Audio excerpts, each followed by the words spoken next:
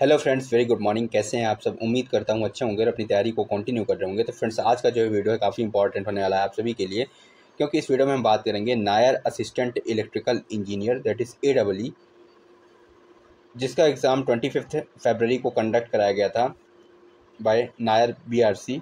तो उसी के जो एग्ज़ाम के क्वेश्चन पेपर हैं उसको हम रिव्यू करेंगे, साथ में question answer series with detailed explanation.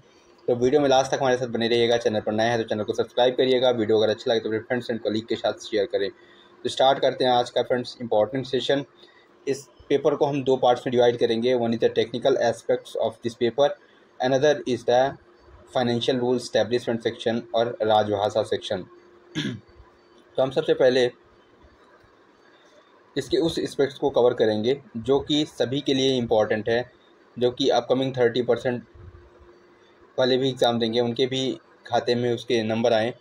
तो इसलिए हम सबसे पहले पेपर को लास्ट से स्टार्ट करते हैं। टेक्निकल सेक्शन को हम किसी और वीडियोस में कवर करेंगे, ठीक है। हम स्टार्ट करते हैं आज का यह जो important session with question number 110 से, ठीक है। तो ये पूरा पेपर है नायर का, जिसका क्वेश्चन आंसर फॉर्म में डिटेल एक्सप्लेनेशन आपके सामने अभी कुछ ही मिनटों में आएगा। तो वीडियो में लास्ट तक हमारे साथ ज़रूर बने रहें फ्रेंड्स। और चैनल पर नए हैं तो चैनल को सब्सक्राइब करके बेल आइकॉन को प्रेस कर लें, जिससे वीडियो की नोटिफिकेशन आप तक टाइमली पहुंच सके। तो सबसे पहला क्वेश्चन है यहाँ पे ओके, यहाँ लिखा हुआ है सबसे पहला question, for new junior engineer recruited through railway recruitment board for electrical department of Indian railways dash dash months is prescribe training period before he his और हर सर्विसेज रेगुलराइज्ड। तो यहाँ पे जितने भी नए जेई रिक्रूट होते हैं through RRB in the electrical department of Indian railways, तो उनके लिए ट्रेनिंग पीरियड पूछा गया है, वह कितना रहता है। तो इसका आंसर हो जाता है दैट इज़ 12 मंथ का ट्रेनिंग पीरियड होता है, ठीक है। So it is like 12 month, इसका राइट आंसर हो जाएगा, ठीक है। Very simple question, 12 month is right answer. Next question पे आते हैं। Question number 29, a railway servant shall be deemed to have been placed under suspension by an order of competent authority if he or she is detained in custody for a period exceeding, तो very simple, that is 48 hours, ठीक है। तो इस case में उसको SF2 मिल जाएगा, ठीक है, डीम्ड सस्पेंशन। तो 48 hours is the right answer, 48 hours, okay. Next question पे आते हैं। तो ये सिंपल नेचर का क्वेश्चन है। विथ रेफरेंस टू D&AR इस dash dash is not a major penalty, कौन सा मेजर पेनाल्टी नहीं है इसके बारे में बात की जा रही है। Censure, compulsory retirement, removal from service, dismissal from service. तो इसका आंसर हो जाएगा सेंश्योर, ठीक है। Censure is not a major penalty, तो ऑप्शन नंबर ए इसका राइट आंसर हो जाएगा, ठीक है। Very simple question, okay. Next question पे आते हैं। क्वेश्चन नंबर 27 की बात करेंगे। For railway employee dash dash is not the interest bearing advances, तो यहाँ पे इंटरेस्ट बियरिंग एडवांसेस की बात की जा रही है। कौन सा रेलवे एम्प्लॉयज़ के लिए इंटरेस्ट बियरिंग एडवांस नहीं है, ठीक है। तो ऑप्शन दिया है advance for purchase of computer, advance for purchase of convenience, advance for purchase of house और flat, advance for travelling allowance for tour and transfer. तो इस केस में अगर हम एडवांस की बात करें तो Indian railway finance code volume 1, that is IRFC volume 1 है, उसका चैप्टर 11 जो है वह एडवांसेस को कवर करता है, ठीक है, चैप्टर 11। तो इसके तहत अगर बात करें यहाँ पे, तो कई सारे एडवांसेस हैं जो कि कंसोलिडेटेड फंड ऑफ इंडिया या फिर प्रोविडेंट फंड से ग्रांट किए जाते हैं। तो इस केस में कुछ एडवांस की अगर बात करें जो कि कंसोलिडेटेड फंड ऑफ इंडिया से ग्रांट किया जाता है, जो कि टैक्स बियरिंग है, ठीक है। That is a for purchase of computer, like purchase of computer, ठीक है। इसके अलावा फॉर परचेज ऑफ कन्वीनियंस, ठीक है, for purchase of advance for purchase of house और फ्लैट हो गया, advance for purchase of table fan, advance for purchase of warm clothing. तो these are the tax bearing advances, okay. तो यहाँ पे advance for purchase of computer, advance for purchase of convenience, advance for purchase of flat, ठीक है, और advance for travelling, allowance for tour और transfer, this is not tax bearing. So option number 4 इसका right answer हो जाएगा। Okay, so TA on tour और transfer on retirement, या on proceeding deputation, abroad जाना है या फिर रिटर्न आना है, तो इस केस में एस लीव सैलरी हो गया। For meeting losses due to natural calamities like flood आ गया या फिर आपका अर्थक्वेक आ गया, तो इसके लिए एडवांस हो गया।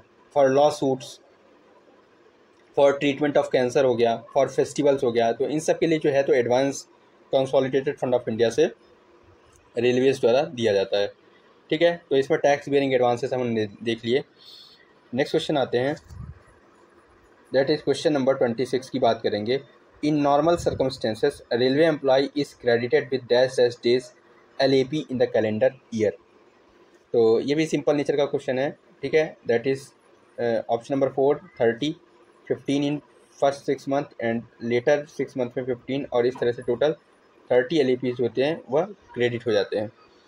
नेक्स्ट क्वेश्चन पे आते हैं। क्वेश्चन नंबर 25 की बात करेंगे। As on 1 January 2024, as on 7 CPC dash dash percentage is the rate of HRA for Y class cities और टाउन्स। तो 1 जनवरी 2024 की अगर बात करें तो इसके से percentage of rate of HRA जो होगा वह 20% होगा। ठीक है, फॉर वाई क्लास सिटी के लिए। तो यहाँ 8, 16, 24 दिया है, तो option none of the above हो जाएगा। नेक्स्ट क्वेश्चन पे आते हैं, ये भी सिंपल नेचर का क्वेश्चन है। नेक्स्ट है क्वेश्चन नंबर 24 की बात करेंगे। Railway servant transferred on request from one unit of seniority to another unit should be assigned dash dash seniority in the relevant grade on the date of joining the new unit। ठीक है, तो जब भी यहाँ पे on request transfer की बात की जा रही है, ठीक है, from one unit of seniority to another unit should be assigned, तो कौन सी सीनियरिटी जो है तो उसको असाइंड होगी नए प्लेस पर।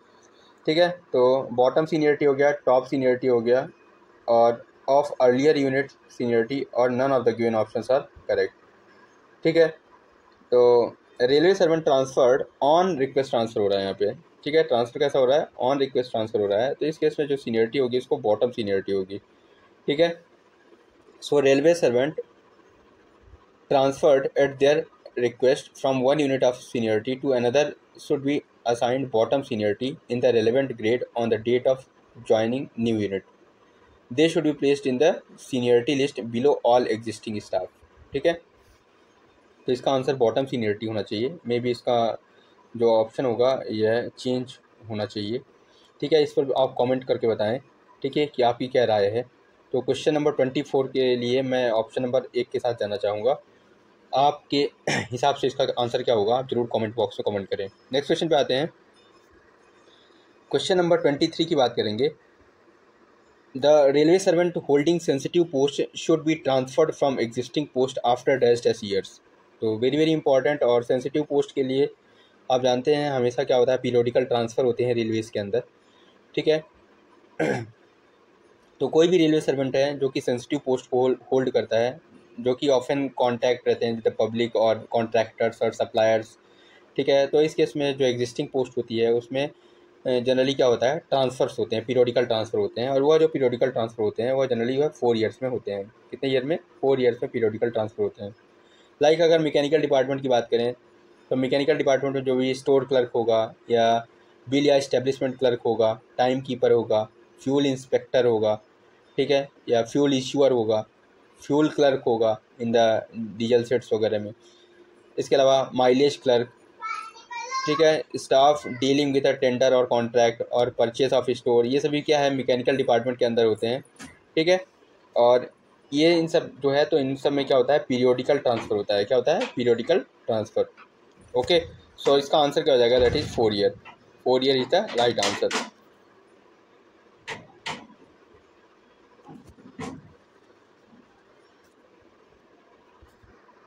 नेक्स्ट क्वेश्चन है क्वेश्चन नंबर 22 की बात करेंगे यहाँ पे। In case of trade test for promotion of unskilled staff that is खलासी to semi skilled staff that is technician और आर्टिशन ग्रेड 3।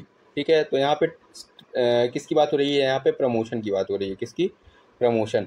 और प्रमोशन कहाँ से कहाँ हो रहा है, दैट इज व्हाट, खलासी या unskilled staff to semi skilled staff that is technician और आर्टिशन ग्रेड 3। ठीक है, तो टेक्नीशियन 3 में प्रमोशन हो रहा है, ठीक है। तो इस केस में जो मार्क्स अलॉटेड होंगे for practical and oral test वह किसके अकॉर्डिंग होंगे, ठीक है। तो यहाँ पे 2 पॉइंट वाट प्रैक्टिकल टेस्ट और ओरल टेस्ट 2 तरह के टेस्ट होते हैं, ठीक है। तो इस केस में जो टेस्ट होंगे तो प्रैक्टिकल जो होगा वह उसका वेटेज कितना रहेगा 60 का और ओरल का वेटेज रहेगा 40 का, ठीक है। तो 60-40 रेशियो के रूप में इसका टेस्ट होगा, टोटल 100 मार्क्स का होगा, ठीक है। और इसके लिए अगर पासिंग मार्क्स की बात करें तो पासिंग मार्क्स जो होगा 60 में अगर कैंडिडेट जो है तो 36 मार्क पा जाता है तो इस केस में वह प्रैक्टिकल में पास हो जाएगा। और इसी प्रकार अगर 15 मार्क्स 40 में पा जाता है तो इस केस में वह पास हो जाएगा ओरल टेस्ट में, ठीक है। This is the qualifying marks, okay. तो ये था क्वालिफाइंग मार्क्स SC ST को छोड़ के, SC ST को छोड़ के अदर कैटेगरीज़ के लिए क्वालिफाइंग मार्क्स है, ठीक है। वहीं अगर हम SC ST कैंडिडेट्स की बात करें तो SC ST कैंडिडेट्स के केस में 60 के केस में तो यह मार्क्स जो है 30 मार्क्स रहता है, 30 आउट ऑफ 60 अगर आ रहा है तो वह प्रैक्टिकल में क्वालिफाई कर जाएगा, ठीक है। और इसी तरह अगर वह 11 मार्क्स पा जा रहा है out of 40 in the oral test तो वह क्वालिफाई कर जाएगा, ठीक है। तो SC ST के लिए यह 30 और 11 है और जबकि अदर कैटेगरीज के लिए 36 और 15 है, तो इसे भी आप याद रखिए, ठीक है। तो trade test for performance in the artisan categories, तो इसका आंसर हो जाएगा दैट इज़ व्हाट यहाँ पे पूछा जा रहा है मार्क्स अलॉटेड फॉर प्रैक्टिकल, तो प्रैक्टिकल के लिए 60 और ओरल के लिए 40, तो 60-40 राइट आंसर हो जाएगा। सो ऑप्शन नंबर 3 इसका राइट आंसर हो जाएगा। नेक्स्ट क्वेश्चन आते हैं, क्वेश्चन नंबर 21 की बात करेंगे यहाँ पे। For ITI qualified compassionate appointee engaged as trainee technician artisan grade 3, ठीक है। तो ITI क्वालिफाइड है बंदा और उसको टेक्नीशियन 3 में अपॉइंट कर रहे हैं, ठीक है। तो इस केस में अगर बिफोर रेगुलराइजेशन उसका ट्रेनिंग पीरियड कितना होगा, तो that will be 6 month. So option number D is the right answer, that is what 6 month, ठीक है। सो ऑप्शन नंबर डी इसका राइट आंसर हो जाएगा, ओके। नेक्स्ट क्वेश्चन आते हैं, क्वेश्चन नंबर 20 की बात करेंगे। That is in normal circumstances in case of group B service in the electrical department of Indian railways dash percentage of assessed vacancies और filled by LDC। तो इसके लिए आप प्रिपेयर ही कर रहे हैं तो ये सभी आपको पता ही होगा, दैट इज वॉट 30%। सो इसका आंसर हो जाएगा 30%, 30% is the right answer, okay. Next question पे आते हैं, that is from the function given below which is not the function of railway recruitment board. तो यहाँ RRBs के फंक्शन की बात हो रही है कि कौन सा RRB का फंक्शन नहीं है, रेलवे रिक्रूटमेंट बोर्ड का फंक्शन नहीं है। Assess the requirement of staff, तो रिक्वायरमेंट स्टाफ की या कर्मचारियों की आवश्यकता का आकलन करना, ठीक है। इसके अलावा to allot roll number to the candidates, to send call letters to the candidates for written examination, make necessary arrangement for conducting examination. तो ऑप्शन 2, 3, 4 जो है तो ये वैलिड है for in the case of RRBs, जबकि assess the requirement of staff ये जो है RRBs के लिए नहीं है, ठीक है। तो यह जो है assess the requirement of staff ये RRB नहीं करता, ठीक है। सो ऑप्शन नंबर फर्स्ट इसका राइट आंसर हो जाएगा। नेक्स्ट क्वेश्चन पे आते हैं, क्वेश्चन नंबर 18 की बात करेंगे यहाँ पे। Which are the allowances for running staff of the Indian railways. तो running staff of the Indian railways के लिए कौन से अलाउंसेस होंगे। तो अगर मैं रनिंग स्टाफ की बात करूँ तो रनिंग स्टाफ के केस में जो है तो हमारे drivers, that means what drivers, that means loco pilot, assistant loco pilot हो गए या शंटर्स हो गए, ठीक है, शंटर्स हो गए और गार्ड्स हो गए, ठीक है। ये जो है तो इसमें रनिंग स्टाफ में आते हैं। तो ड्राइवर्स, शंटर्स और गार्ड्स, तो इन सब के लिए रेलवेज द्वारा क्या है रनिंग अलाउंस दिए जाते हैं, ठीक है। और ये रनिंग अलाउंस होते हैं basically that is the mileage allowance, like allowances in the live of mileage, breach of rest allowance, ठीक है, घाट सेक्शन अलाउंस जो कि डबल ऑफ द किलोमीटरीज अलाउंस होता है, ठीक है। इसके अलावा आउट स्टेशन डिटेंशन अलाउंस, ठीक है, on detention beyond 16 hours of signing off duty, तो उस केस में उसको आउट स्टेशन डिटेंशन अलाउंस मिलता है, ठीक है। तो ये कुछ अलाउंसेज होते हैं वो रनिंग अलाउंसेस आते हैं। तो घाट सेक्शन अलाउंस होता है, ब्रीच ऑफ रेस्ट अलाउंस होता है, वेटिंग ड्यूटी अलाउंस हो गया, तो ये सभी ऑप्शन जो है तो करेक्ट हैं। सो ऑप्शन नंबर 4 इसका राइट आंसर हो जाएगा, ठीक है। वेटिंग ड्यूटी अलाउंस और आउट स्टेशन डिटेंशन अलाउंस, ठीक है। तो इसका राइट आंसर ऑप्शन 4 हो जाएगा। नेक्स्ट क्वेश्चन पे आते हैं, question number that is 17 modified assured career progression scheme, very very important, MACPS is to grant financial upgradation at the interval of dash dash years. तो MACPS आप सभी ने सुना होगा। MACPS जो इंडियन रेलवे से इंट्रोड्यूस हुआ, ठीक है, विथ इफेक्ट फ्रॉम 1 सितंबर 2008। तो ये क्रिटिकल डेट है, इसको आप याद रख लीजिए। 1 सितंबर 2008 से MACPS इंट्रोड्यूस हुआ, ठीक है। So with effect from 1 September 2008 MACPS that is modified assured career progression schemes को लाया गया। इसके अंदर 3 क्या रहते हैं, दैट इज़ फाइनेंशियल अपग्रेडेशंस आपको देखने को मिलते हैं। 3 financial upgradation benefits that is grade pay granted. इसके अलावा ये काफ़ी इंपॉर्टेंट एक पॉइंट है, मैं आपको बोल रहा हूँ यहाँ पे, दैट इज़ इसके अंदर जो है तो ग्रुप ए में कौन से, अनऑर्गेनाइज सर्विस। तो group A unorganised service, group B service और ग्रुप सी तो होता ही है। तो ग्रुप ए ऑर्गेनाइज सर्विस इसके अंदर कवर नहीं होता, ठीक है। ग्रुप ए की 2 तरह की सर्विसेज है, अनऑर्गेनाइज सर्विस और ऑर्गेनाइज सर्विस। तो ऑर्गेनाइज सर्विस इसके अंदर कवर नहीं होगा। Group A unorganised service, group B service और ग्रुप सी सर्विसेज जो है तो इसके अंदर कवर होती है, ठीक है। एक और इम्पॉर्टेंट पॉइंट बता देता हूँ आपको यहाँ पे कि यहाँ पे 3 मेंबर क्या होती है, स्टीयरिंग कमेटी होती है 3 मेंबर की, ठीक है। सो बेसिकली जो 3 मेंबर डिपार्टमेंटल स्क्रीनिंग कमेटी होती है, ठीक है, 3 मेंबर डिपार्टमेंटल स्क्रीनिंग कमेटी, ठीक है। तो यह डिपार्टमेंटल स्क्रीनिंग कमेटी जो होती है वह नॉमिनेट करती है for giving the benefits of financial upgradation. इसमें एक चेयरपर्सन हो जाएगा और 2 मेंबर हो जाएंगे। इन केस ऑफ अगर आपको माइनर पेनाल्टी मिली है, माइनर पेनाल्टी आपकी पेंडिंग है, तो इस केस में भी एम्प्लॉय का फाइनेंशियल अपग्रेडेशन रुकेगा नहीं, बट दैट मीन्स उसको MACPS का लाभ मिलेगा, ठीक है। मैंने आपको बता दिया कि ऑर्गेनाइज्ड ग्रुप ए सर्विस इसके अंदर कवर नहीं होती है, ठीक है। हमेशा जो प्लेसमेंट हो जाएगा वह इमीडिएट नेक्स्ट हायर लेवल, जो भी हायरार्की पे मैट्रिक्स की हायरार्की होगी उसमें वो बंदा आ जाएगा, ठीक है। एक और इम्पॉर्टेंट पॉइंट आपके लिए मैं बता रहा हूँ यहाँ पे कि financial upgradation under MACPS would be admissible up to level 15, ठीक है। तो लेवल 15 पे मैट्रिक्स का जो लेवल 15 है, ठीक है, इन द पे मैट्रिक्स। और इसके लिए अगर हम ग्रेड की बात करें तो HAG ग्रेड तक के लिए, हायर एडमिनिस्ट्रेटिव ग्रेड तक के लिए जो है तो आपको फाइनेंशियल अपग्रेडेशन मिलता है, ठीक है।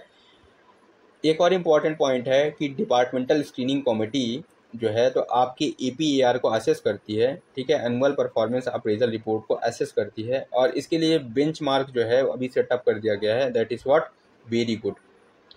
तो इसके लिए जो बेंचमार्क है वो क्या है, वेरी गुड है, ठीक है। और इसके लिए जो क्रिटिकल डेट आप याद रख लीजिए, दैट इज 25 जुलाई 2016। अरुण जेटली का नाम याद रहेगा आपको, ठीक है। गुड से वेरी गुड कर दिया गया था, ठीक है, for APAR for year 2016 and thereafter, ठीक है। तो जिसके APAR जो है 2016 या उसके बाद से वेरी गुड है, तो उन्हीं को जो है तो आपको ये इस फाइनेंशियल अपग्रेडेशन या MACPS का लाभ मिलेगा। तो थोड़ा सा लेक्चर ज़्यादा हो गया, दैट इज़ उसके लिए माफ़ी। 10, 20, 30 इसका राइट आंसर हो जाएगा, ऑप्शन नंबर 4। नेक्स्ट क्वेश्चन पे आते हैं। Question number 16, in the short form of PNM related with staff member, M stands for. तो M का मतलब क्या होता है, machinery. PNM is nothing but a permanent negotiating machinery, ठीक है। परमानेंट निगोशिएटिंग मशीनरी जो होती है वह 1951 में VV गिरी के प्रयासों से जो है तो इसको इस्टेब्लिश किया गया था। आपको याद होगा VV गिरी। और इस टाइम पे आपके रेल मंत्री जो थे वह लाल बहादुर शास्त्री जी थे, ठीक है। लाल बहादुर शास्त्री जी इस टाइम पे रेल मंत्री थे, ठीक है। बेसिकली ये 3 टायर पर काम करता है, वन इज रेलवे लेवल पर, दूसरा रेलवे बोर्ड लेवल पर और तीसरा एडहॉक और ट्रिब्यूनल लेवल पे, ठीक है, एडहॉक ट्रिब्यूनल लेवल पे। तो रेलवे लेवल से मतलब है दैट इज़ डिवीज़न लेवल या जोनल लेवल पे, ठीक है। रेलवे बोर्ड लेवल पे तो जानते ही हैं आप, एडहॉक लेवल, ट्रिब्यूनल लेवल। तो जब मतलब बात जो है जैसे किसी भी कर्मचारी को कोई समस्या है तो उसके बीच में कर्मचारियों के समस्याओं के समाधान के लिए प्रशासन और स्टाफ के मध्य जो है तो बात हो रही है यहाँ पे, ठीक है, उसका निपटारा करना है। और इस केस में अगर निपटारा रेलवे लेवल पर नहीं हो पाया, दैट मीन्स और डिवीजन लेवल पर नहीं हो पाया, तो वह मैटर ट्रांसफर हो जाता है जोनल लेवल पे। और जोनल लेवल पे नहीं हो पाया तो वह ट्रांसफर हो जाता है रेलवे बोर्ड लेवल पे। और रेलवे बोर्ड लेवल पर नहीं हो पाया तो फिर वह एडहॉक ट्रिब्यूनल लेवल पर ट्रांसफर हो जाता है। एडहॉक का मतलब होता है टेम्परेरी, और ट्रिब्यूनल मतलब होता है फिर वो जाएगा कहाँ पे, बोर्ड ऑफ आर्बिट्रेशन में जाएगा, बोर्ड ऑफ आर्बिट्रेशन में। तो वहाँ पे जो है तो रिटायर्ड जजेस ऑफ हाई कोर्ट और सुप्रीम कोर्ट आपका मैटर सुनेंगे और उस पर फैसला सुनाएंगे। और वह फैसला जो है वह बाइंडिंग नहीं है, ठीक है, ये भी काफ़ी इंपॉर्टेंट है। इसके अलावा आपको बता दें जो डिवीज़न लेवल पर PNM होता है वह जनरली 2 महीने में एक बार होता है, जोनल लेवल पर 3 महीने में एक बार होता है और रेलवे बोर्ड लेवल पे हुआ है 4 महीने में एक बार होता है। ठीक है, तो ये कुछ बातें थी, बातें तो बहुत सारी हैं लेकिन हमको पेपर को भी कंप्लीट करना है। तो इसका आंसर हो जाएगा मशीनरी, इसका राइट आंसर हो जाएगा। नेक्स्ट क्वेश्चन पे आते हैं, दैट इज क्वेश्चन नंबर 15 की बात करेंगे। Which is the services can be availed from GeM government e market place. ठीक है, के थ्रू कौन कौन सी सर्विसेज अवेल कर सकते हैं? Security, manpower, vehicle hiring, human resources, all of the given options are correct. सभी ऑप्शंस करेक्ट हैं इसके। तो GeM के थ्रू जो है, तो जितने भी सर्विस कॉन्ट्रैक्ट हैं, वर्क कॉन्ट्रैक्ट, सभी गवर्नमेंट एम्प्लॉयज़ को इसके थ्रू अनिवार्यतया अवेल करना है। नेक्स्ट क्वेश्चन पे आते हैं, क्वेश्चन नंबर 14 की बात करेंगे। With reference to revenue expenditure which is primary units for contractual payments. तो कॉन्ट्रैक्चुअल पेमेंट्स के लिए कौन सी प्राइमरी यूनिट है, इसके बारे में बात की जा रही है। तो काफ़ी इंपॉर्टेंट है प्राइमरी यूनिट्स, पता है, that is object of Expenditure. ठीक है, तो कॉन्ट्रैक्चुअल पेमेंट्स के लिए आप सबको रटा होगा क्योंकि 32 ये बहुत फ्रिक्वेंट क्वेश्चन है। 32 that is for contractual payments primary unit. ठीक है, 27 की बात करें तो ये है basically cost of material from stock. ठीक है, 28 की बात करें तो cost of material direct purchase, that means what stock item और नॉन स्टॉक आइटम के लिए। स्टॉक आइटम के लिए 27 है, नॉन स्टॉक आइटम के लिए 28 है, 32 कॉन्ट्रैक्चुअल के लिए। 33 की बात करें तो बेसिकली इसके अंदर ट्रांसफ़र ऑफ डेबिट्स और क्रेडिट्स फ्रॉम अदर यूनिट्स होता है। ट्रांसफ़र ऑफ डेबिट्स और क्रेडिट्स फ्रॉम अदर यूनिट। ठीक है, सो इसके अंदर ट्रांसफ़र ऑफ व्हाट, डेबिट और क्रेडिट्स। ठीक है, डेबिट और क्रेडिट फ्रॉम अदर यूनिट। इसके अलावा कुछ कंफ्यूजिंग जो PU हैं, मैं उसको आपको एक बार याद दिलाना चाहूँगा। दैट इज़ व्हाट 34, 35 और इसके पैरेलल में 63, 64, 63, 64। तो 34 और 35 की अगर बात करें यहाँ पे, तो दैट इज 34 की बात कर लेते हैं। 34 is nothing but intra railway adjustment of wages on POH and other repairs from workshop manufacturing suspense account to revenue heads. ठीक है, तो यहाँ पे इंट्रा रेलवे एडजस्टमेंट हो रहा है किस चीज़ का, जो बेस कॉस्ट है या लेबर कॉस्ट है उसका। ठीक है, जो कि यूज हो रही है कहाँ पे, POH या अदर रिपेयर्स में, जो कि वर्कशॉप मैन्युफैक्चरिंग अकाउंट से जा रहा है और वह ट्रांसफर हो रहा है किसमें, रेवेन्यू हेड्स के अंदर। ठीक है, तो इंट्रा रेलवे एडजस्टमेंट हो रहा है। ठीक है, अंदर अंदर की बात है। तो बेसिकली 34, 35 में इंट्रा रेलवे एडजस्टमेंट होता है, ये याद रखिए आप, पॉइंट इंट्रा है। और जो बड़ा नंबर है that is what inter. Inter मतलब बड़ा, तो इंटर मतलब व्हाट 63, 64 ये बड़े नंबर हैं। 63, 64 तो वह इंटर को लेके है और इंट्रा छोटा होगा तो वह 34, 35 में आएगा। तो 34 और 35, तो 34 मैंने आपको बताया कि यह बेसिकली वेज को लेके है, लेबर कॉस्ट को लेके एडजस्टमेंट हो रहा है। ठीक है, और 35 के अंदर जो है तो मटेरियल को लेके एडजस्टमेंट है। तो यहाँ पे बेसिकली लेबर और वेज कॉस्ट को लेके है और 35 के अंदर मटेरियल को लेके एडजस्टमेंट है। तो intra railway adjustment of material. ठीक है, और यह मटेरियल का एडजस्टमेंट इसी केस में हो रहा है, that is POH and other repairs from WMS account to revenue heads. Okay, और इन केस में 63 की बात करें तो 63 में इंटर रेलवे एडजस्टमेंट हो रहा है किसका, वेज और लेबर कॉस्ट का। किस पर्पज से, that is POH and other repairs from WMS account to revenue heads. Okay, और 64 में क्या हो जाएगा, 64 के अंदर मटेरियल यूज हो जाएगा, है ना।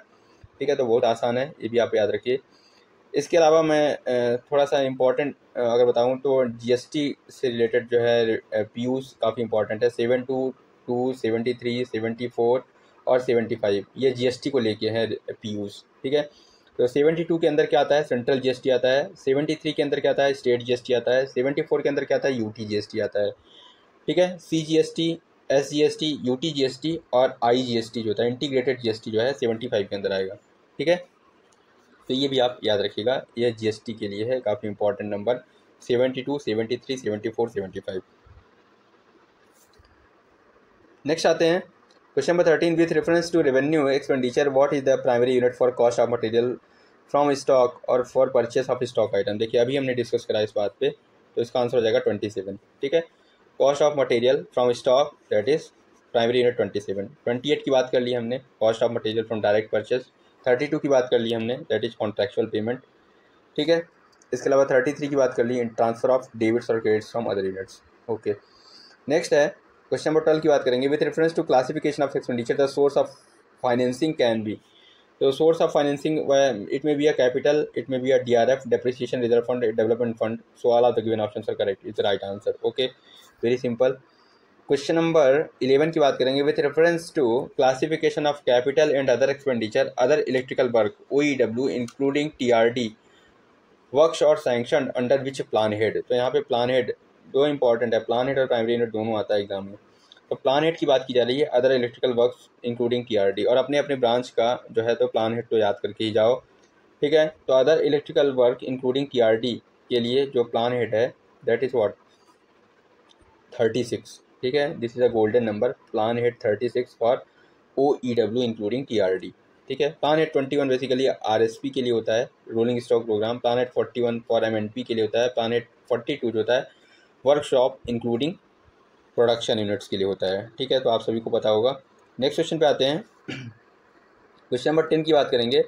Who is the convener of the tender committee in store purchase contract. Store purchase contract के केस में, स्टोर परचेज कॉन्ट्रैक्ट के केस में कन्वीनर कौन होता है टेंडर कमेटी का? So officer from technical department, officer from store department, officer from account department, officer can be from any department. इसका answer हो जाएगा ऑफिसर फ्रॉम स्टोर डिपार्टमेंट जो है तो इसको कन्वीनर होता है, ठीक है। नेक्स्ट क्वेश्चन पे आते हैं। Question number 9, with reference to tenders and contract what is the full form PVC। तो very very simple, PVC is nothing but a price variation clause, ठीक है। So option number first is right answer, PVC is a price variation clause. Next question पे आते हैं।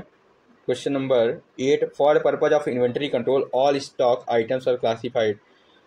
तो देखिए यहाँ पे इन्वेंट्री कंट्रोल की बात हो रही है। इन्वेंट्री कंट्रोल के अंदर जो आइटम्स हैं, जितने भी स्टॉक आइटम्स हैं, वह कितनी कैटेगरीज में डिवाइड होते हैं। तो इन्वेंट्री कंट्रोल के अंदर all stock items are classified और divided into 3 categories. Very very important. चाहे आप कोई भी इन्वेंट्री कंट्रोल ले लीजिए, ठीक है। जैसे हमने ABC की बात कर ली, दैट इज़ ABC एनालिसिस की बात करते हैं अगर, तो this is based on Pareto principle, ठीक है। जिसमें हम दो चीज़ें देखते हैं कि आइटम की क्वांटिटी कितनी है और उसकी वैल्यू, ठीक है। तो उसकी क्वांटिटी और वैल्यूज़ के बीच में कंपैरिजन होता है हमेशा, ठीक है। Lesser quantity high value, like अगर बात करें तो 5% ऑफ टोटल आइटम है और जिनका जो वैल्यू है वह 70% से ज़्यादा का है, 70% ऑफ टोटल वैल्यू है, ठीक है। या B क्लास आइटम की बात करें तो 15% ऑफ टोटल आइटम्स हैं, that is like with B class या B कैटेगरी के हैं, और 20% ऑफ टोटल वैल्यूज़ हैं उनकी, ठीक है। इसी प्रकार 80% ऑफ टोटल आइटम्स जो है C है, मतलब इनकी क्वांटिटी ज़्यादा है लेकिन इनकी वैल्यूज़ जो है वो 10% ऑफ टोटल वैल्यूज़ है, तो ठीक है। तो ये ABC एनालिसिस हो गया। इसके अलावा कुछ एनालिसिस की बात करें, जैसे VED एनालिसिस, आपको पता होगा VED वाइटल, एसेंशियल, डिजायरेबल, ठीक है। इसी प्रकार XYZ analysis, that is what high value, medium value, low value items, ठीक है। इसके अलावा जैसे SOS, that is what seasonal items हो गए या ऑफ सीजनल आइटम हो गए, ठीक है। इसके अलावा FSN की बात करें अगर, तो fast moving item, slow moving item, non moving item, ठीक है। तो फास्ट मूविंग, स्लो मूविंग और नॉन मूविंग हो गए, ठीक है। इसके अलावा अगर हम बात करें तो SDE की बात करें अगर, तो S for what, that is scarce है, जो कमी है जिसकी, है ना, सो स्कार्स नेचर है। इसके अलावा D फॉर व्हाट, डिफ़िकल्ट है, ठीक है।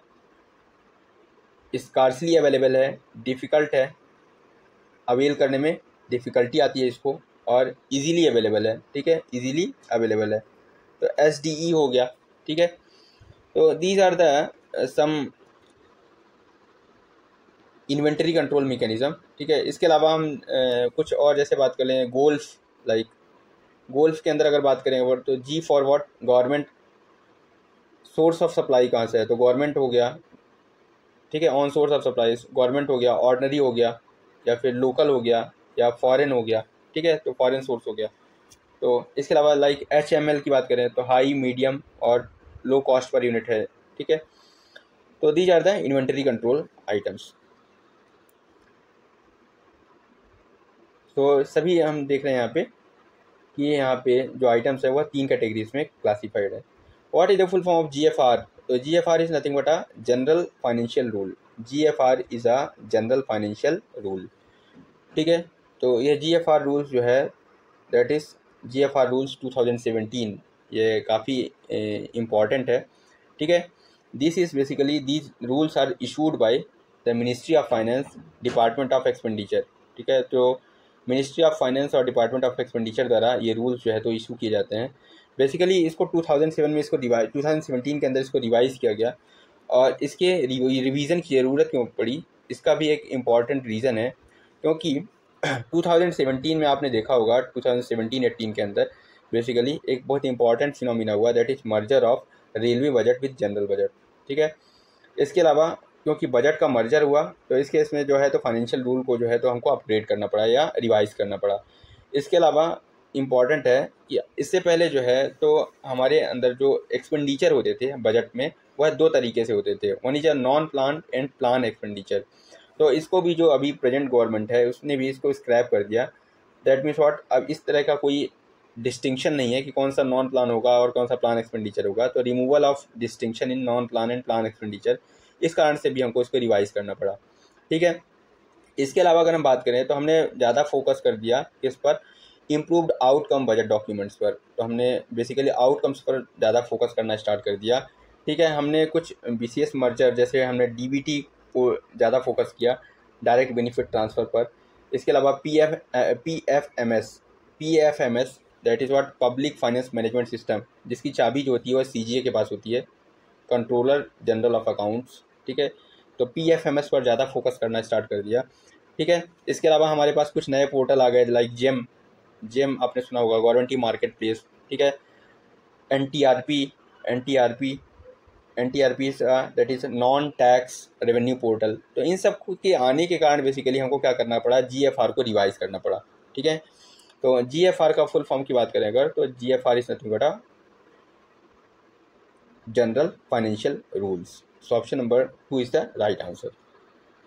और जनरल फाइनेंशियल रूल्स 2017 जो है तो अभी एट प्रेजेंट लागू है। इसके अलावा जो अगर इसका पहली बार जो जनरल फाइनेंशियल रूल आया था वह इन द ईयर 1947 आया था। 1947 के अंदर पहला जीएफआर आया था। ठीक है, general financial rules is the right answer. Okay, next है क्वेश्चन नंबर 6 की बात करेंगे। Normally period of advertisement for open tender. तो पीरियड ऑफ एडवर्टाइजमेंट की बात कर लेते हैं ओपन टेंडर के अंदर, तो कितने दिन का होता है, 30, 15, 21 और 45। तो बेसिकली 21 डेज का पीरियड होता है। So sufficient period given for submission of tender documents by the contractor. तो इस केस में अगर हम बात करें यहाँ पे, तो suppose up to 1 crore rupees आपका जो वर्क कॉन्ट्रैक्ट है उसका जो कॉस्ट है वह कितना है, अप टू 1 CR है। तो अप टू 1 CR है, तो इस केस में जो आपका पीरियड ऑफ एडवर्टाइजमेंट होगा, ठीक है, जनरली अगर हम बात करें यहाँ पे टेंडर नोटिस, तो वह कितने दिन का होगा, दैट इज़ 21 डेज। ठीक है, कितना होगा, 21 डेज अप टू 1 CR के लिए। ठीक है, और इस केस में concurrence will not required, only approval of CAO और DRM थ्रू IREPS होगा। ठीक है, तो इस केस में कोई फाइनेंस कंकरेंस का रिक्वायरमेंट नहीं है, ओनली अप्रूवल ऑफ CAO और DRM थ्रू IREPS परमिसिबल है, चल जाएगा। ठीक है, लेकिन अगर यहीं पे अगर आपका जो वर्क्स कॉन्ट्रैक्ट है वह 1 करोड़ से ज़्यादा और 2 करोड़ से कम है, तो इस केस में आपको उसका जो टेंडरिंग होगा, दैट मीन्स व्हाट, इस केस में उसके लिए अगर बात करें यहाँ पे, तो जो नोटिस पीरियड होगा दैट विल बी 14 डेज। कितना, 14 डेज का होगा। ठीक है, 1 से 2 करोड़ के बीच में, 1 से 2 करोड़ के केस में के बीच में वह 14 डेज का होगा। ठीक है, और इस केस में फाइनेंस कंकरेंस रिक्वायर्ड होगा। ठीक है, and approval of CAO and DRM through IREPS। ठीक है, CAO और DRM थ्रू IREPS के थ्रू जो है होगा। मिनिमम टेंडर नोटिस पीरियड की बात करें तो from the date of tender is published on the e-tendering website, उस दिन से यह टेंडर नोटिस पीरियड काउंट होगा। ठीक है, और in case of supply contracts मैंने आपको बता दिया कि ओपन टेंडर है अगर, तो यह कितना 21 डेज होता है। ठीक है, यहीं पे अगर हम ग्लोबल टेंडर की बात करते हैं तो ग्लोबल टेंडर के लिए 30 डेज होता है। ग्लोबल टेंडर के लिए कितना होता है, फॉर ग्लोबल टेंडर और इंटरनेशनल लेवल पे अगर बात करें तो यह 30 डेज होगा। ठीक है, तो इसका आंसर हो जाएगा 21 डेज। ओके, नेक्स्ट क्वेश्चन पे आते हैं। Generally in Indian railways which authorities assign the task of publishing tender notice in newspaper. तो टेंडर नोटिस को न्यूज़पेपर के अंदर पब्लिश करने का काम रेलवे के अंदर कौन करता है, CPO, CAO, chief account officer, और CPRO और हेड ऑफ डिपार्टमेंट। तो इसका आंसर हो जाएगा दैट इज CPRO। ठीक है, कौन करेगा? CPRO, chief public relation officer. CPRO जो है तो ये पब्लिश कराएगा। CPRO chief public relation officer, मुख्य जनसंपर्क अधिकारी। नेक्स्ट क्वेश्चन पे आते हैं। क्वेश्चन नंबर 4 की बात करेंगे। What is the full form of LOA in matters related to tenders and contract? तो LOA is nothing but a letter of acceptance. तो ऑप्शन नंबर 4 इसका राइट आंसर हो जाएगा। LOA is a letter of acceptance. Next question पे आते हैं। Question number 3 की बात करेंगे। The contract in which government can procure any number of specified items at a fixed unit rate during the period of currency of contract is called lump sum contract, one delivery contract, labour contract, rate contract. तो इसका answer हो जाएगा that is rate contract. तो option number 4 इसका right answer हो जाएगा। ठीक है, नेक्स्ट क्वेश्चन के अंदर आते हैं यहाँ पे। और tender system adopted for inviting offers in most transparent manner possible is known as. Basically tender system adopted for inviting offers in a most transparent manner की बात की जा रही है, तो it will be a open tender. Okay, so option number first is right answer हो जाएगा। Next question पे आते हैं। क्वेश्चन नंबर फर्स्ट की बात करेंगे। New pit wheel lathe machine is required for locomotive sheds workshop in which programme it will be proposed. तो basically यहाँ पे व्हील लेथ खरीदना है हमको, wheel lathe machine for locomotive shed और वर्कशॉप। तो इसके लिए rolling stock programme, MNP, procure through revenue, none of the given option correct. तो बेसिकली इसको हम PH41 दैट इज MNP के थ्रू जो है तो इसको हम मशीन एंड प्लांट्स के थ्रू जो है तो हम इसको परचेज करेंगे। ठीक है, सो ऑप्शन नंबर सेकंड इसका राइट आंसर हो जाएगा। नेक्स्ट है राजभाषा सेक्शन आ गया। देखिए यहाँ पे पूछा जा रहा है with a view, question number 80, with a view to promoting the official language the state of Maharashtra किस रीजन में आता है यहाँ पे। तो महाराष्ट्र की अगर बात करें तो महाराष्ट्र बेसिकली बी रीजन के अंदर आता है, या खा रीजन के अंदर आता है। ठीक है, तो गुजरात, महाराष्ट्र और पंजाब जो है बेसिकली ये खा रीजन के अंदर आते हैं। ठीक है, इसके अलावा यूनियन टेरिटरी की बात करें तो आपकी चंडीगढ़ हो गया, और Daman and Diu and Dadra and Nagar Haveli, Daman and Diu and Dadra and Nagar Haveli जो होता है यह भी यूनियन टेरिटरी आपका खास क्षेत्र के अंदर आता है। ठीक है, question number 79, the extension of official language rule 1976 is not applicable on which state of India. तो 1976 का जो एप्लीकेबिलिटी है उसके बारे में बात की जा रही है, तो ये बेसिकली तमिलनाडु के लिए एप्लीकेबल नहीं है, होल इंडिया को छोड़ के। ठीक है, तो तमिलनाडु में एप्लीकेबल नहीं है, बाकी सभी जगह पे है ना। नेक्स्ट क्वेश्चन है 78 की बात करेंगे। Under which section of the official language act 1963 preparation, issue, publication of decided documents is mandatory. ठीक है, तो section 3 of 3 is the right answer. ठीक है, under this section is the preparation, issue और पब्लिकेशन ऑफ डिसाइडेड डॉक्यूमेंट्स। जो documents हैं उन सबको लाइक टोटल 14 डॉक्यूमेंट्स हैं जिनको हिंदी और इंग्लिश में प्रेजेंट करना मैंडेटरी है। नेक्स्ट क्वेश्चन पे आते हैं। For the office of DRM who is the chairman for the official language implementation committee. OLIC का जो चेयरमैन होंगे वो DRM साहब ही होंगे, सो DRM is the right answer. Okay, next question पे आते हैं। क्वेश्चन नंबर 76 क्या है यहाँ पे, that is in the office of government of India in which language the rubber stamp used be. तो रबर स्टाम्प जो है तो बेसिकली हिंदी टॉप में लिखा रहेगा। ठीक है, उसके नीचे इंग्लिश में भी लिखा रहेगा, तो हिंदी एंड इंग्लिश होगा, और हिंदी लेकिन टॉप में होगा, उसके नीचे बॉटम में क्या होगा, इंग्लिश लैंग्वेज का यूज़ होगा। ठीक है, so Hindi, in Hindi and English, and Hindi will be top. So option number 3 इसका राइट आंसर हो जाएगा। नेक्स्ट क्वेश्चन पे आते हैं। क्वेश्चन नंबर 75 की बात करेंगे। Who is the responsible for implementation of section 3 of the official language act 1963। तो एडमिनिस्ट्रेटिव हेड ऑफ ऑफिस जो होगा, ठीक है, जो उस पेपर को साइन कर रहा है वह उसके इम्प्लीमेंटेशन के लिए जिम्मेदार होगा। Sorry, administrative head of office, एक मिनट इसको रिव्यू कर लेते हैं। Administrative head of office, official language officer, officer who science such document, sorry. तो ऑप्शन नंबर 3 इसका राइट आंसर होगा, option number 3 that is officers who sign the such documents is responsible for implementation of section 3 of the Official Language Act 1963. Okay, next है, which are the following documents are included under section 3 of the Official Language Act 1963? So tender हो गया, contract हो गया, licence हो गया, total 14 documents हैं। ऐसे सभी डॉक्यूमेंट्स जो हैं all options are correct, option number 4 इसका राइट आंसर हो जाएगा। नेक्स्ट क्वेश्चन पे आते हैं, क्वेश्चन नंबर 73 की बात करेंगे। Who is the chairman of railway Hindi advisory committee? तो जो रेलवे सलाहकार समिति है, रेलवे हिंदी एडवाइजरी कमेटी है, उसके चेयरमैन कौन होंगे? मिनिस्टर ऑफ रेलवेज, MOR जो हैं वह इसके चेयरमैन होंगे। सो ऑप्शन नंबर जो भी है MOR राइट आंसर होगा। सो ऑप्शन नंबर 4 इसका राइट आंसर होगा। ओके, नेक्स्ट क्वेश्चन पे आते हैं, ऑप्शन नंबर 4 इसका राइट आंसर हो जाएगा। नेक्स्ट क्वेश्चन पे आते हैं, that is who is the chairman of parliamentary official language committee? तो ministry of finance, ministry of railways, ministry of home affairs, ministry of agriculture. तो basically ministry of home affairs is the right answer.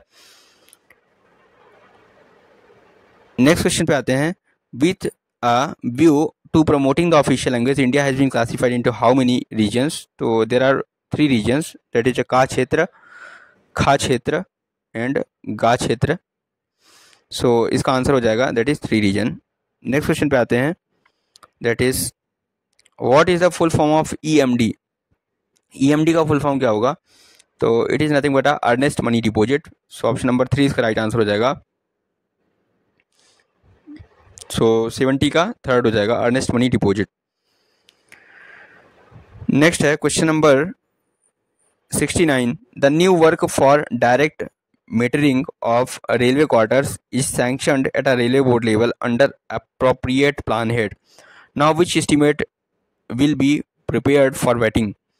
Abstract estimate, detailed estimate, revised estimate, none of the given options are correct. इसका answer हो जाएगा that is detailed estimate. So option number 2 is the right answer. Question number 68 की बात करेंगे, for the purpose of inventory control which category items are monitored most at a high level? मैंने आपको बताया था अभी ABC एनालिसिस के अंदर जो है, तो बेसिकली 3 तरह के आइटम हैं, इनकी क्वांटिटी कम है लेकिन इनका वैल्यू ज़्यादा है, तो ये जो है तो सबसे ज़्यादा मॉनिटर किए जाएंगे हाईएस्ट लेवल पे। So A category items is the right answer.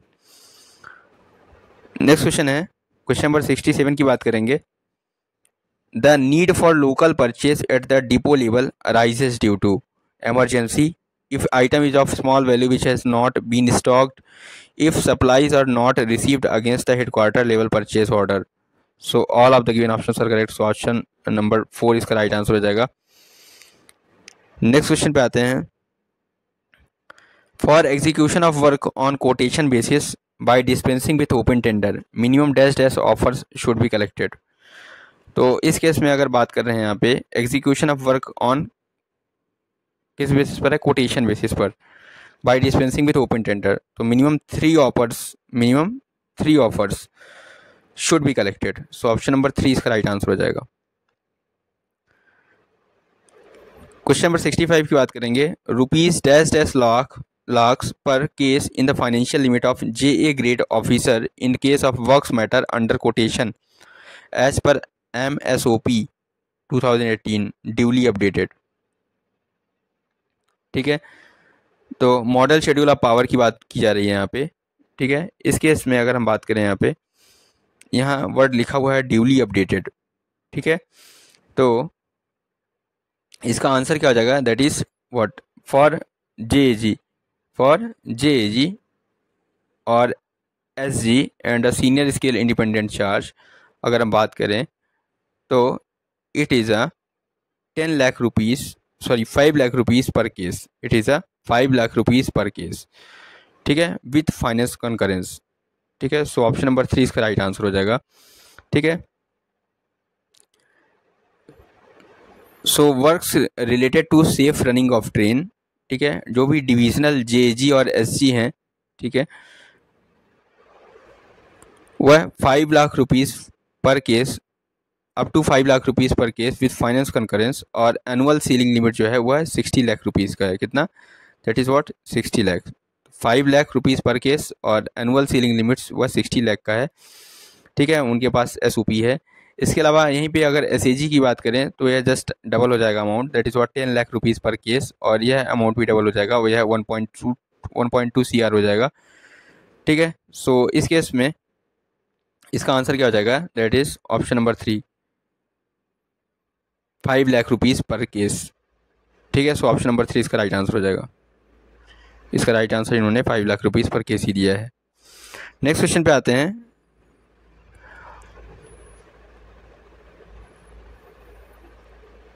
On Indian railways pre cooling of AC coaches is required to be done.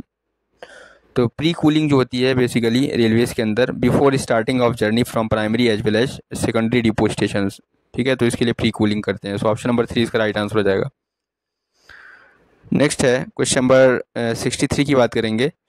The permitted variation of load sharing between. ठीक है, यहाँ से जो है तो टेक्निकल क्वेश्चंस जो है तो स्टार्ट हो गए।